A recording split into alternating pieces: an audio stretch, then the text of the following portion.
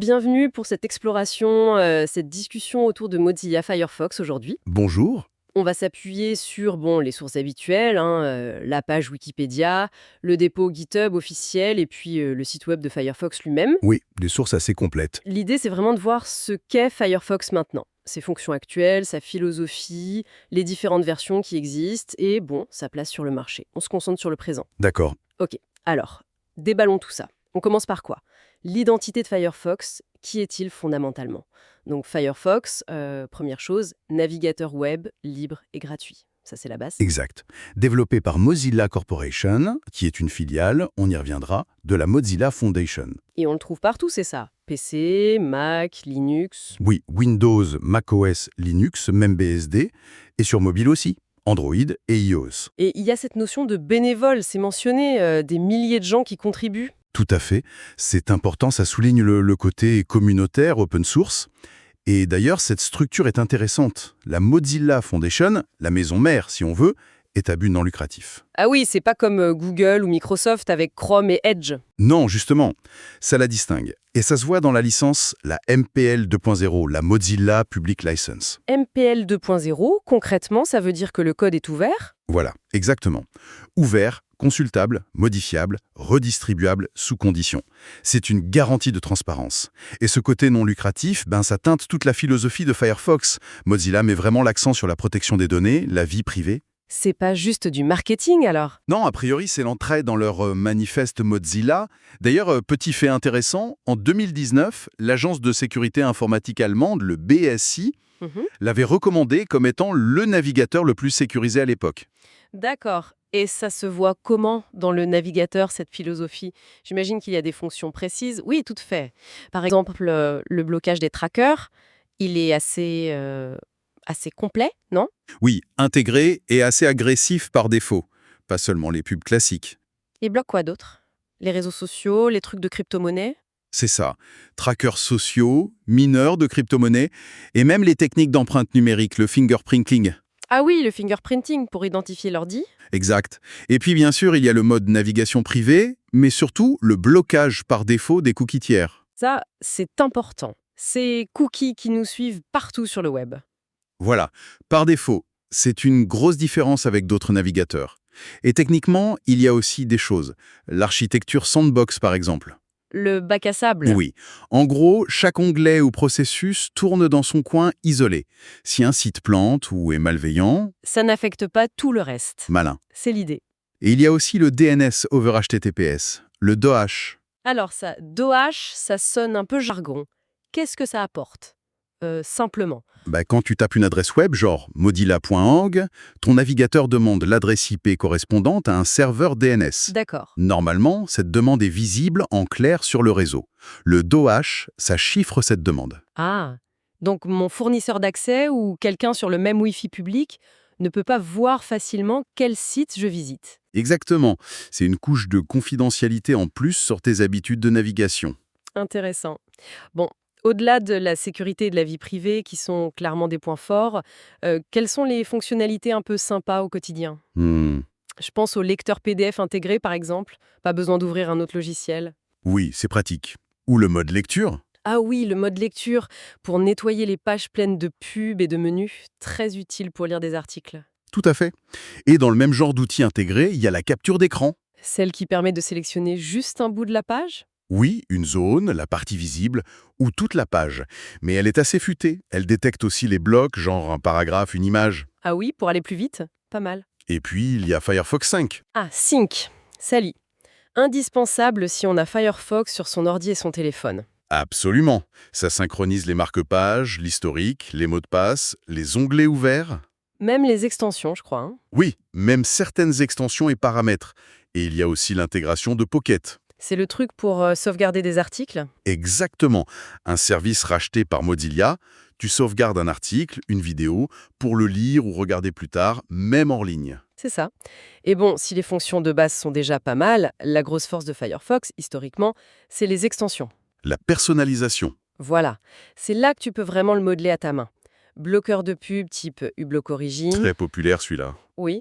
Gestionnaire de mots de passe, outils pour développeurs, des thèmes pour changer l'apparence. Et Mozilla les vérifie un peu, non? Il y a les recommandés? Oui, il y a un label recommandé pour celles qui sont vérifiées, qui respectent les règles de sécurité et de confidentialité de Mozilla. C'est un gage de confiance. Et on peut aussi changer l'interface elle-même, pas juste avec des thèmes. Oui, via le menu personnalisé. Tu peux glisser, déposer les boutons, choisir ce que tu affiches dans la barre d'outils, dans le menu. D'accord. Et pour les utilisateurs plus avancés, il y a la page about.config. Ah, la fameuse. Faut faire attention avec ça, non? Oui, c'est puissant. Ça donne accès à des centaines de réglages internes. On peut casser des choses si on ne sait pas ce qu'on fait. La salle des machines, quoi. C'est un peu ça, à utiliser avec précaution. D'autres petits plus pratiques. Le site parle de vidéos flottantes. Picture in picture. Oui, ça permet de détacher une vidéo d'une page web dans une petite fenêtre qui reste au-dessus des autres. Pratique pour suivre un tuto en faisant autre chose. Pas mal. Et pour ceux qui ont 50 onglets ouverts, comme moi parfois, Ah, oui, il y a des options. Onglets verticaux, pour mieux les voir sur le côté. la recherche dans les onglets ouverts, ça c'est utile. Oui, très. Et une fonction pour fermer les onglets dupliqués aussi. Bon, ça fait pas mal de fonctionnalités. Mais tu disais qu'il n'y a pas un seul Firefox? C'est ça. Il y a plusieurs canaux. La version standard, ou stable, c'est celle de Monsieur Tout-le-Monde. Celle qu'on télécharge par défaut. Voilà. Ensuite, tu as la bêta, c'est pour tester les nouveautés un peu en avance, quelques semaines avant la sortie officielle. Plus pour les curieux. Oui. Puis la Developer Edition, optimisée pour les développeurs web, avec des outils spécifiques. D'accord. Et enfin, la Nightly, mise à jour tous les jours, ou presque, c'est vraiment le code le plus récent, pour les testeurs avertis, car ça peut être instable. Ok. Et il y a aussi Firefox ESR. Ça veut dire quoi, ESR? Extended Support Release, version à support étendu. C'est pour qui ça? Principalement les entreprises, écoles, universités. Ceux qui déploient Firefox en masse et qui veulent surtout de la stabilité. Moins de nouvelles fonctions, mais plus de suivi. Exactement. L'ESR ne reçoit les grosses nouveautés que tous les ans environ, mais elle a des mises à jour de sécurité régulières pendant toute cette période. C'est une base solide, quoi. Très solide. D'ailleurs, c'est sur l'ESR que se base le Tor Browser. Ah oui, le navigateur pour l'anonymat. Et le site de Firefox recommande aussi le SR pour ceux qui utilisent encore d'anciennes versions de Windows ou macOS qui ne sont plus supportées par la version standard. D'accord. Et sur mobile, il y a une autre version, Firefox Focus. Oui, Focus, c'est un navigateur mobile pour Android et iOS. Son but, c'est simple. Confidentialité maximale et simplicité. Comment ça? Il bloque plein de trackers par défaut et surtout, il efface tout historique, cookies, mots de passe à chaque fois que tu le fermes. Radical. Pour une navigation vraiment discrète. Voilà. Pas d'historique qui traîne. Donc, si on résume, sur ordi, on a Standard et ESR pour Windows, macOS, Linux, BSD. C'est ça. Sur Android, on a Firefox Standard qui supporte des extensions comme uBlock, c'est notable. Et Firefox Focus. Oui, le support des extensions sur Android, c'est un vrai plus. Focus aussi, mais sans les extensions pour le standard, à cause des limites d'Apple, j'imagine. Probablement, oui, Apple est plus restrictif sur ce point. Pour comprendre tout ça, il faut aussi voir l'organisation derrière. La Mozilla Foundation, donc l'entité mère non lucrative. Celle qui porte les valeurs, la mission. Exact. Et en dessous, il y a la Mozilla Corporation, sa filiale à 100%. C'est elle qui emploie les développeurs, qui gère Firefox et qui génère l'argent. Et comment elle gagne de l'argent, cette corporation? Des dons? Il y a les dons à la fondation, oui, mais la corporation vit surtout de partenariats commerciaux et de quelques services payants. Et là, on arrive au fameux partenariat avec Google. Les sources insistent pas mal là-dessus. Oui, c'est historiquement la plus grosse source de revenus de Mozilla. C'est l'accord pour que Google soit le moteur de recherche par défaut dans Firefox? Principalement, oui, dans beaucoup de pays. Wikipédia cite des chiffres autour de 400-450 millions de dollars par an vers 2020. Ah oui, c'est énorme. Ça pose la question de la dépendance, non? Google est aussi un concurrent direct avec Chrome. C'est clairement une tension. Une dépendance financière vis-à-vis d'un géant du web qui a ses propres intérêts. C'est un sujet récurrent. Et Mozilla essaie de diversifier, j'imagine? Oui, il cherche d'autres sources. Par exemple avec des services payants comme Mozilla VPN. Un service VPN, comme NordVPN ou d'autres? Oui, un service pour chiffrer ta connexion Internet. Fait intéressant, c'est un partenariat avec Mullvad. Mullvad. Ils sont connus pour être sérieux sur la vie privée, non? Et exactement.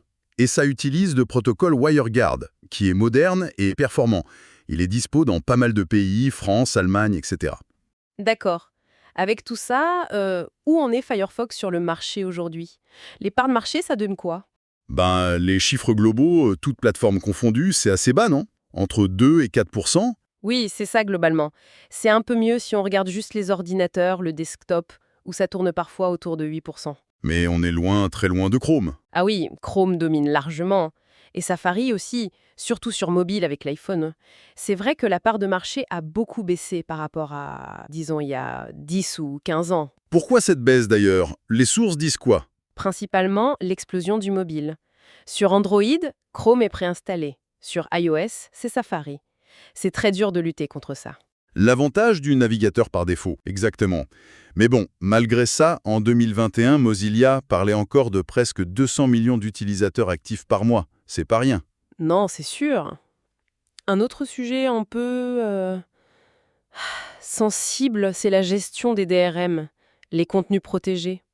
Comment Firefox gère ça? C'est un point qui a fait débat, oui, surtout dans la communauté du libre.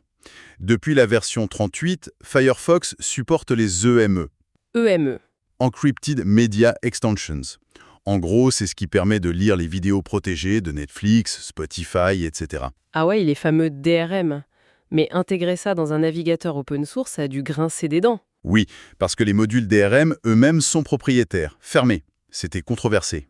Et pourquoi Mozilla l'a fait alors? Par pragmatisme essentiellement.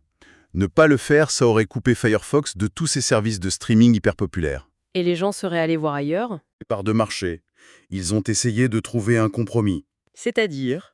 Le module DRM d'Adobe tourne dans un bac à sable séparé, pour la sécurité. Et surtout, c'est optionnel. Tu peux le désactiver dans les options. D'accord, on a le choix. Oui. Wikipédia mentionne même qu'on pourrait, en théorie, compiler Firefox sans ce support EME. C'est un équilibre compliqué entre les idéaux du libre et l'usage réel du web. D'accord. Et pour finir ce tour d'horizon, il faut peut-être mentionner que, comme Firefox est open source, d'autres projets s'en sont inspirés. Les forks. Absolument. Il y a tout un écosystème de navigateurs basé sur Firefox. On a déjà parlé de Tor Browser pour l'anonymat, qui utilise Firefox ESR. Oui. Il y a aussi GNU-ISCAT, qui est une version poussée par la Free Software Foundation pour être 100% logiciel libre. Encore plus strict sur le libre. Voilà. Et puis LibreWolf, qui est assez populaire, il prend Firefox et le configure par défaut pour être encore plus orienté vie privée sécurité. Des réglages plus poussés d'origine. C'est ça. Et d'autres comme WaterFox ou PaleMoon qui essaient de garder la compatibilité avec d'anciennes extensions que Firefox a abandonnées. Donc une certaine diversité issue du même code. Tout à fait. Ça montre que la base de Firefox reste pertinente et adaptable. Bon, alors si on essaye de résumer tout ça, qu'est-ce que ça nous dit sur Firefox aujourd'hui? Hmm. C'est un navigateur open source, très personnalisable, Oui. qui met vraiment la vie privée et la sécurité en avant dans son discours et ses fonctions. C'est clair. Avec cette structure un peu unique, mi-fondation, mi-entreprise. Il est face à une concurrence énorme, c'est vrai, mais il garde une base utilisateur et il a ses versions spécifiques comme ESR ou Focus. Ce qui ressort, je trouve, c'est que choisir Firefox, c'est souvent un choix. Conscient. C'est pas juste prendre le navigateur par défaut. Une alternative aux géants dont le business repose sur les données. Voilà, Firefox, avec sa gouvernance et sa philosophie affichée, essaye de proposer autre chose. Un accès au web qui met l'utilisateur et la confidentialité d'abord. Même si c'est pas toujours simple, notamment avec cette histoire de financement par Google. Et ça nous amène à la question finale peut-être. Cette dépendance à Google, justement, est-ce que ça met en péril à long terme la mission de Mozilla pour un web indépendant et respectueux de la vie privée? C'est la grande question. Ou, pour le voir autrement, quel rôle peuvent jouer ces navigateurs alternatifs, Firefox et ses dérivés, pour qu'Internet reste diversifié, pour qu'il ne soit pas complètement dominé et centralisé par quelques acteurs? Voilà qui conclut notre discussion sur Mozilla Firefox aujourd'hui. Merci de nous avoir suivis.